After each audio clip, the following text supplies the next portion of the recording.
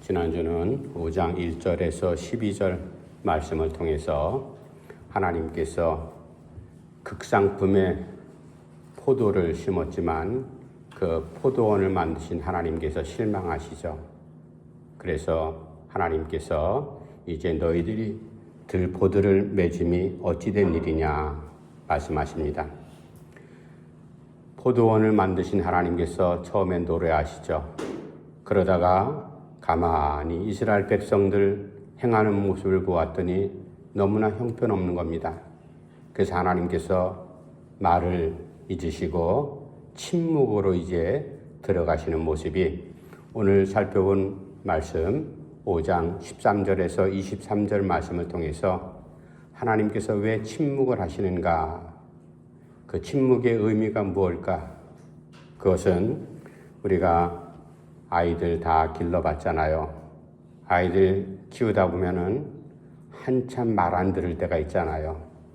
미운 5살, 미운 7살, 사춘기를 지나면 더 말을 안 듣고 거기다가 말대박 또박또박하고 따지고 그러는 모습, 우리가 다 우리 자신들도 그런 시기를 겪었고 자식들도 그런 과정을 거쳐서 이제 자라나고 있습니다.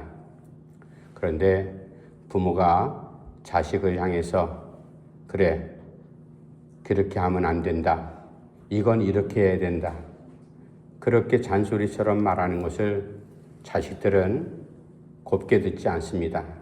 왜 또 잔소리를 하실까? 마음에 서운한 마음을 갖죠. 그럴수록 부모는 마음에 늘 항상 아이고 저 녀석이 언제 철들을까? 언제 우리 말을 깨달을까? 그렇게 하다가 정말 어릴 때는 막 울고불고 떼만 쓰죠. 그러면은 그 순간 부모가 그렇게 말합니다. 그래? 그럼 내 멋대로 해. 너 한번 울어봐. 내버려 두지 않습니까? 내버려 두면 막 악을 쓰며 울다가 어떨 때는 지푸레 꺾여가지고 그렇게 울으면 그칠 때도 있고, 아, 이게 울어도 안 되는구나 하고 돌아서서 부모 앞에 이렇게 이제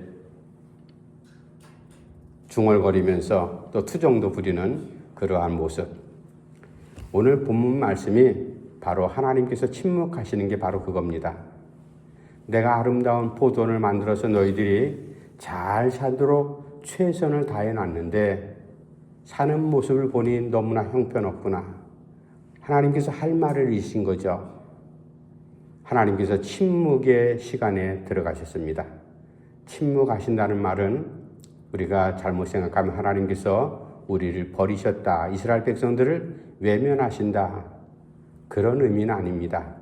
하나님께서 더 기다려주시고 지켜보시는 거죠. 그래, 내가 너희들을 수도 없이 여러 선지자들 통해서 또 내 계명을 통해서 너희들에게 말하지 않았느냐. 이렇게 살아야 된다, 저렇게 살아야 된다.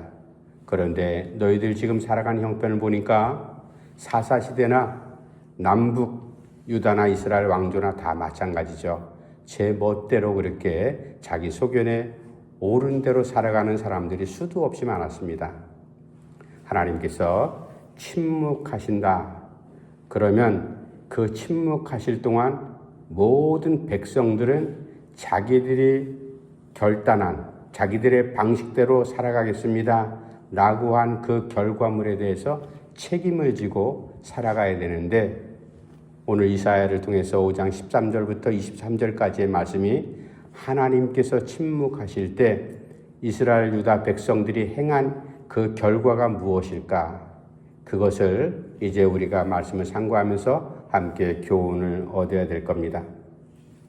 이제 그러면 침묵이 드러난 결과, 하나님께서 침묵하실 때 이스라엘 백성들이 잘 살았느냐? 그러질 않았죠. 자기가 판단하는 대로, 자기 방식대로, 세상에 의지하는 방법대로 그렇게 사는 결과가 무엇일까? 첫 번째는 무지함이 드러났다.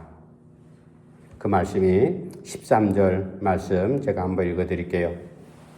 13절, 그러므로 내 백성이 무지함으로 말미암아 사로잡힐 것이요 그들의 귀한 자는 굶주릴 것이요 무리는 목마를 것이라. 하나님의 침묵하심. 하나님께서 아무런 말씀을 하지 않습니다. 요 전까지는 하나님께서 이렇게 저렇게 야단도 치고 그리고 타이르기도 하고 그렇게 했지만 도저히 하나님의 말씀을 들으려고 하는 자세도 준비되어 있지 않고 계속 반항하면서 제 멋대로 살아갑니다. 그래, 그럼 너희들 한번 내 방법대로 한번 살아봐라. 하나님께서 이제 침묵하시는, 그래서 이스라엘 백성들이 제 잘잘못에 살아가는 모습에 나타난 결과가 무엇인가 하면 자기들 스스로 잘났다고 하지만 결국 무지함. 무지라는 말은 무슨 말인가 하면은 뭐 세상적인 학문을 배운 게 없어서 무식하다 그런 얘기가 아니에요.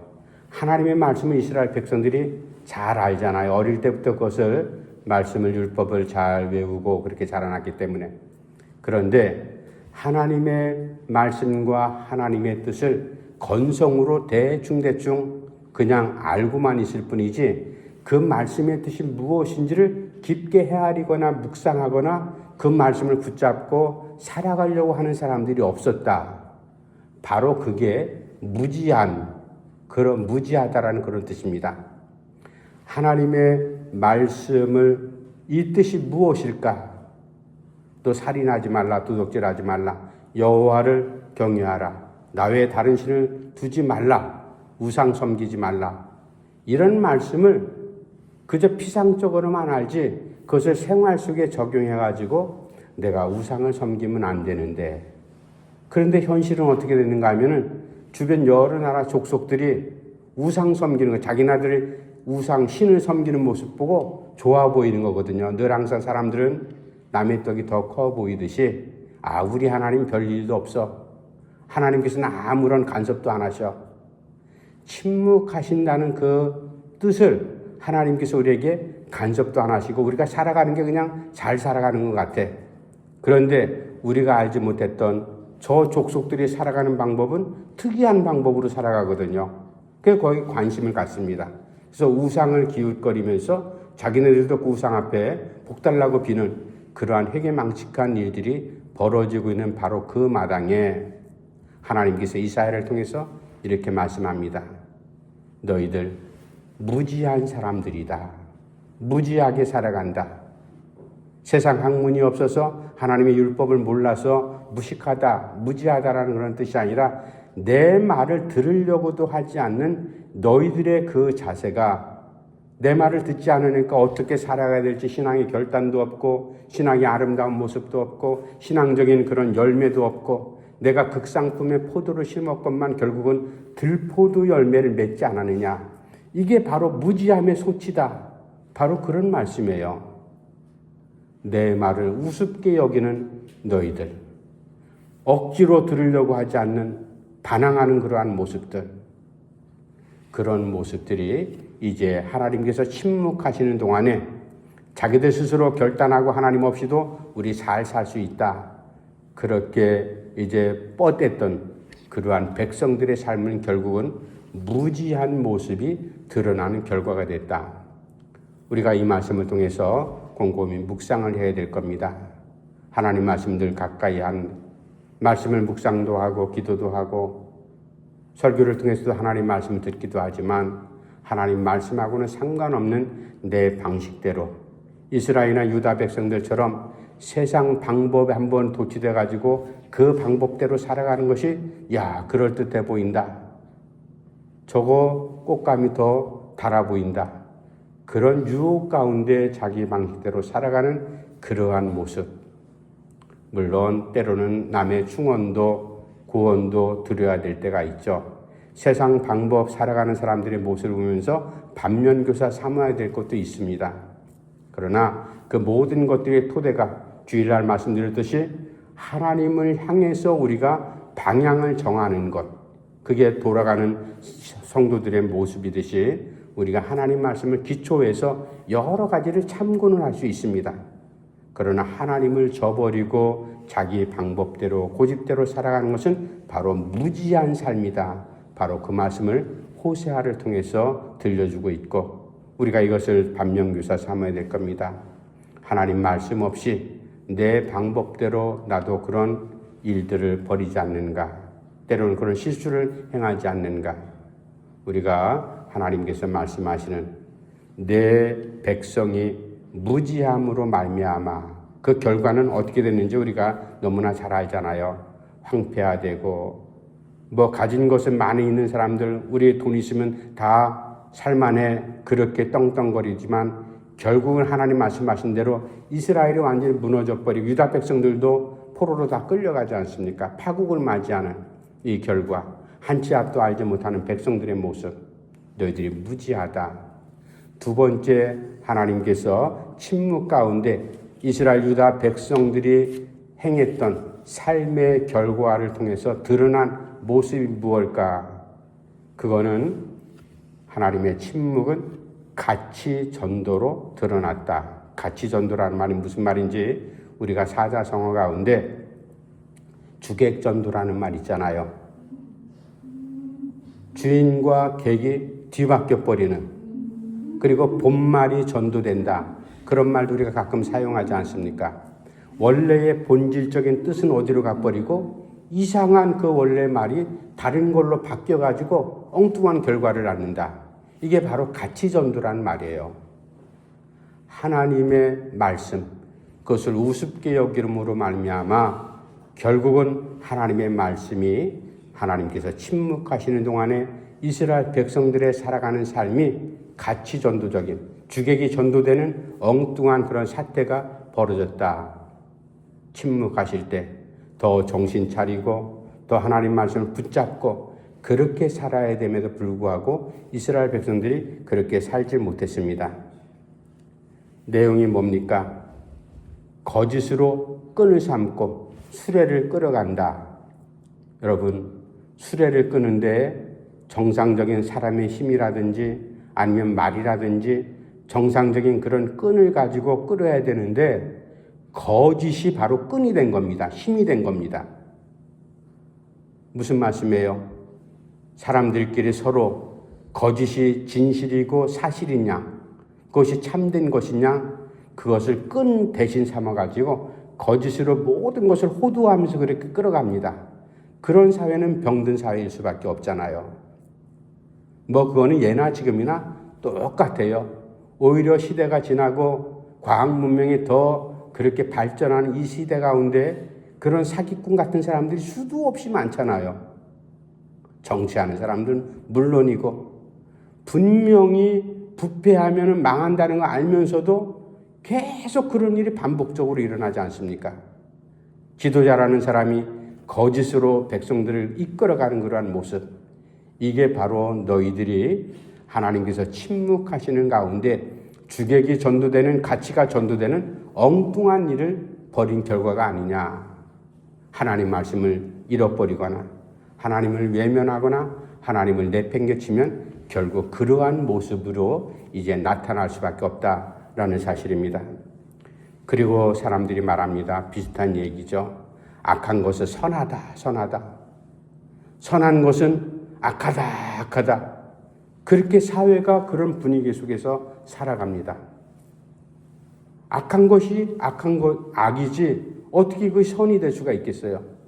선한 것을 악하다, 악하다, 나쁘다 하고 그런 일들은 우리가 여러 가지 대입시키면은 별의별 그런 일들이 얼마나 많이 있어요. 주객이 전도되는 하나님의 본래의 뜻이 내 고집과 내 생각과 세상적인 방법을 내가 도용하고 세상적인 방법을 내가 인용해서 살아갈 때 결국은 하나님 말씀 없이 엉뚱한 일들이 그렇게 결과로 맺어질 수밖에 없다. 이게 바로 오늘 이사야 5장 13절 23절을 통해서 하나님께서 침묵하실 때 어이가 없어서 더 이상 할 말이 없으셔서 그래 그럼 내 방법대로 한번 살아봐라. 살아보는 사람들의 결과가 바로 그렇다 이겁니다. 마지막 세 번째, 하나님께서 침묵하실 때 이스라엘 백성들의, 유다 백성들의 삶의 결과는 어떻게 나타나는가? 그것은 21절부터 23절에 잘 나와 있는데 한번 읽어드릴게요. 21절부터 23절. 스스로 지혜롭다 하며 스스로 명철하다 하는 자들은 화 있을진저 포도주를 마시기에 용감하며 독주를 잘 빚는 자들은 화 있을진저 그들은 뇌물로 말미암아 악인을 의롭다 하고 의인에게서 그 공의를 빼앗는도다. 세 번째, 하나님께서 침묵하실 때 공의를 왜곡해버리는, 진리를 왜곡해버리는 그러한 결과가 나타난다. 하나님 없는 기준이 없어졌으니까 제 멋대로 판단하는 겁니다. 저울이라는 것은 모든 사람들이 공평하게 누구든지 그 저울에 추가 있고 그리고 무게를 달면은 다 인정하는 게 바로 저울이잖아요. 공인된. 그런데 옛날의 장사꾼들, 지금도 그러한 일이 더 크게, 오히려 예전에는 10원, 20원 그렇게 저울줄을 속였다 하면 지금은 10원, 20원은 문제가 아니죠. 몇백억씩, 몇천만 원씩 그렇게 줄을 속여버리는, 공의를 왜곡하고 하나님의 정의를 왜곡하는 그러한 일들이 너희들 가운데 비일비재하냐. 그러니까 하나님께서 이사야를 통해서 이스라엘 백성들에게 이렇게 말씀하죠. 너희들 스스로 지혜롭다, 명철하다 그렇게 생각하냐. 터무니없는 얘기다. 지혜는 어디로부터 나온다고 우리가 말씀을 통해서 알고 있어요. 하나님의 말씀, 여호와를 경외하는 데부터 지혜가 출발한다. 우리가 그 말씀을 알잖아요. 이스라엘 백성들도 그것을 모를 리가 없습니다. 하나님의 계명, 하나님의 말씀이 우리를 살리셨고 하나님의 말씀으로 말미암아 우리가 그것을 묵상할 때 우리가 지혜를 얻습니다. 이것은 모든 이스라엘 백성들이 사실 살아가는 근본 터전이죠. 그런데 스스로 지혜롭다. 이 말은 무슨 말이에요? 하나님 말씀 불필요하다 이 말이에요. 하나님 말씀, 계명, 율법 우리의 삶을 자꾸만 제어하고 우리에게 간섭하고 불필요하고 내던져 버리고 내 스스로 내가 살아본 경험에 의하면 세상적인 방법에 의하면 더 지혜로운 방법이 있다. 더 명철하다. 우리가 더 똑똑하다. 요즘에 AI 때문에 모든 세계인들이 관심에 덕이 다 가 있죠. AI 놀라운 우리가 생각했던 것들이 현실로 자꾸만 다가오고 있습니다. 그러나 아무리 AI가 발달해도 AI의 모든 프로그램은 사람이 다 작성하도록 되어 있고 아무리 AI가 판단을 잘한다 할지라도 세계의 모든 데이터를 가지고 최상의 것을 도출한다 할지라도 사람이 생각할 수 있는 민감한 부분은 AI가 만들어낼 수가 없습니다. 아무리 이스라엘 유다 백성들이 수만 가지의 경험을 했고 자기 방식으로 말미암아 이렇게 불을 얹고 잘 사는 모습, 하나님 없이도 우리가 잘 사는데 하나님께서 우리 잘 산다고 칭찬하고 계시는가 보나. 아무 말씀하지 않는 침묵하시는 그 침묵의 의미를 엉뚱하게 해석을 해버리는 거예요. 우리 방식대로 살아가는 게 그냥 잘 사는 것 같다. 하나님께서 너희들 어떻게 사는지 내가 지금 지켜보고 있다. 이것을 백성들이 알지 못했습니다. 하나님 말씀을 가지고 씨름하면서 어떻게 하든지 우리가 하나님을 의지하면서 살아가는 그 모습 가운데 뭔가 잘 되고 부를 이루고 나라가 부강해지면 하나님께서 잘 사는구나 정말로. 내가 너희들에게 명한 그 말씀을 붙잡고 살아가는 모습이 참 기특하다. 그렇지. 하나님 칭찬하시면서 침묵하실 수 있겠죠. 그런데 엉뚱한 이 백성들은 하나님의 침묵이 그런 뜻으로 생각을 했어요. 그래서 온갖 잡동사니를 다 끌어다가 하나님 대신하는 자리에 놓고 그게 바로 우상이 아니겠어요? 그런 방법으로 살았던 것. 하나님께서 이사야를 통해서 말씀합니다. 너희들 내 정의를, 내 공의를 결국은 왜곡시키는구나. 왜곡이라는 말, 그 외자라는 게 바를 정자 위에 아니 불자거든요. 그러니까 바른 것을 부인한다, 부정한다. 한문으로 보면 그런 뜻이에요. 그죠? 그러니까 왜곡이라는 게 바른 것, 공의와 정의를 부인하고 꺾어버리는 그러한 일들. 그래서 가난한 사람들, 부한 사람들은 재판을 하거나 뭔가를 판결을 내릴 때 유전무죄, 무전유죄와 같은 엉뚱한 일들, 그 당시에도 그게 비일비재했다 이겁니다. 지금도 그런 일들이 일어나고 있잖아요.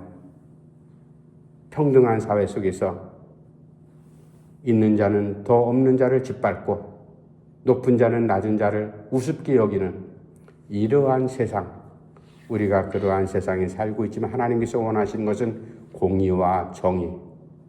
너희들이 가치도 전도돼 버렸고 그리고 무지가 드러났고 내가 가만히 있는 것, 너희들이 잘 사는 것이 아니라 잘 살기를 원했지만 결국은 정의도 공의도 왜곡시켜버리는 그러한 엄청난 일들이 발생하지 않았느냐.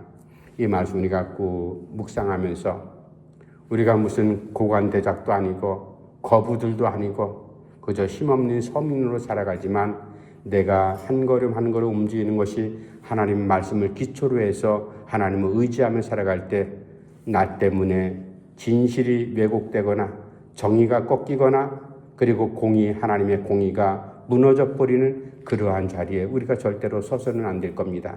오히려 무너진 공의와 정의를 바르게 세우는 우리 한 걸음 한 걸음, 작은 발걸음이고 작은 손길이지만 그러한 믿음의 손길을 통해서 하나님의 공의가 이 땅에 이루어지는 그러한 그리스도인의 삶을 살아갈 수 있기를 간절히 바랍니다. 기도합시다. 하나님 아버지, 하나님의 은혜를 감사함을 드립니다. 그래도 하나님께서 백성들을 사랑하시기에 부모가 자식이 말 안 들어서 아무리 속상하고 밉다 할지라도 결국은 내 품 안의 자식 아닙니까? 하나님께서 이스라엘 백성들 야단치시고 나무라시지만 결국은 잘 살아야 된다, 바르게 살아야 된다, 내 백성답게 살아야 된다 말씀하신 듯이 바로 그 하나님의 침묵 가운데 있었는데 이스라엘 백성들 그것을 깨닫지 못했습니다. 하나님께서 우리에게 아무런 말씀을 하지 않고 침묵하시는 동안 우리가 깊게 묵상하면서 하나님의 뜻이 과연 무엇일까? 하나님의 방법이 무엇일까? 하나님께서 우리의 길을 인도하시는 성령의 은혜가 무엇일까? 날마다 묵상하면서 우리가 한 걸음 한 걸음 내디딜 수 있도록 주께서 저들에게 믿음과 은혜를 덧입혀 주시옵소서. 예수님의 이름으로 간절히 기도하옵나이다. 아멘. 찬송가 359장 찬송합시다.